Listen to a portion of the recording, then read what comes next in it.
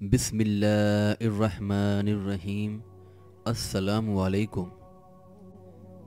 کیا دعا عبادت ہے؟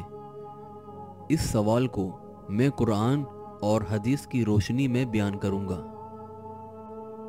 جیسا کہ سورہ الغافر میں اللہ تعالیٰ فرماتا ہے، اور تمہارا رب فرماتا ہے مجھ سے دعا کرو، میں تمہاری دعائیں قبول کروں گا۔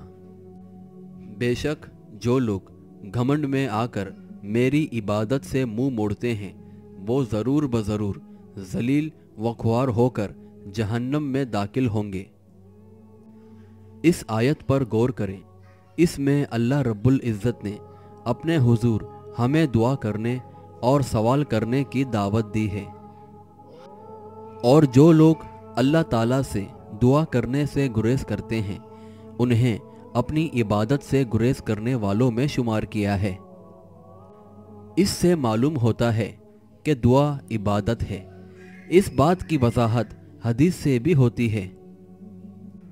جامع ترمذی کی حدیث ہے، نعمان بن بشیر رضی اللہ تعالیٰ عنہ بیان کرتے ہیں کہ نبی کریم صلی اللہ علیہ وآلہ وسلم نے فرمایا، دعا ہی عبادت ہے۔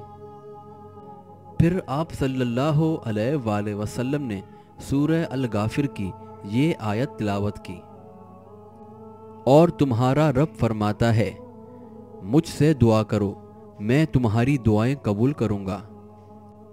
بے شک جو لوگ گھمنڈ میں آ کر میری عبادت سے منہ موڑتے ہیں وہ ضرور بضرور ذلیل و خوار ہو کر جہنم میں داخل ہوں گے۔ اس سے معلوم ہوا کہ دعا عین عبادت ہی نہیں بلکہ عظیم ترین عبادت میں سے ہے، اور اللہ تعالیٰ کے تقرب کے ذرائع میں سے ایک بڑا ذریعہ ہے۔